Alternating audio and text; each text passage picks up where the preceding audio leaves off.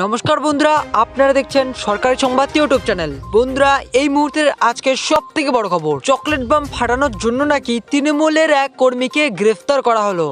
না, এটা আমি বলছি না, এটা বলছে আমাদের রাজ্যের মাননীয় মুখ্যমন্ত্রী মমতা বন্দ্যোপাধ্যায়। হ্যাঁ বন্ধুরা, গতকালই আমাদের রাজ্যের মাননীয় মুখ্যমন্ত্রী মমতা বন্দ্যোপাধ্যায় একটি মিটিং এর মাধ্যমে বিজেপির আসল মুখোশ খুলে দিল।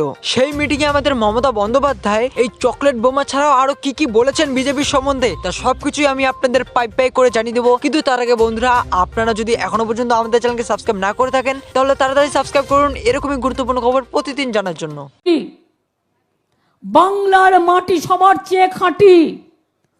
এই বাংলায় নেতাজি সুভাষচন্দ্র বোস, রবীন্দ্রনাথ ঠাকুর, স্বামী বিবেকানন্দ, বিদ্রোহী কবি নজরুল, গান্ধীজিও বাংলাতেই পড়ে থাকতেন।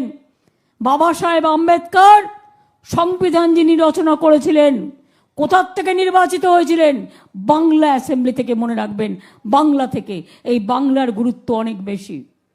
ওরা জানে সবার মুখ বন্ধ করে দিয়ে ভয় দেখিয়ে আমাদের 1000 ছেলেকে জেলে আটকে রেখে দিয়েছে।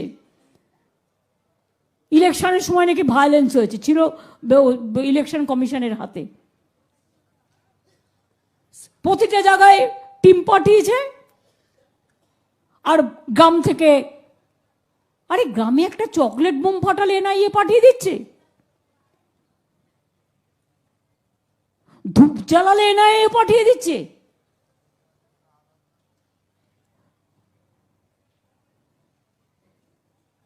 কিসের ধর্ম ওদের? আমরা ধর্ম মানি না, আমরা ধর্ম করি না, আমরা সব ধর্মকে শ্রদ্ধা করি, সব ধর্মকে ভালোবাসি। আমরা বলি ধর্ম যার যার আপনার, আর উৎসব কিন্তু সবার।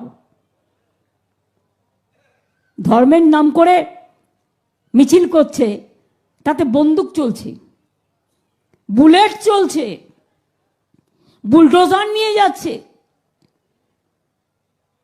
এবং নিয়ে যাওয়ার পরে গিয়ে বলছে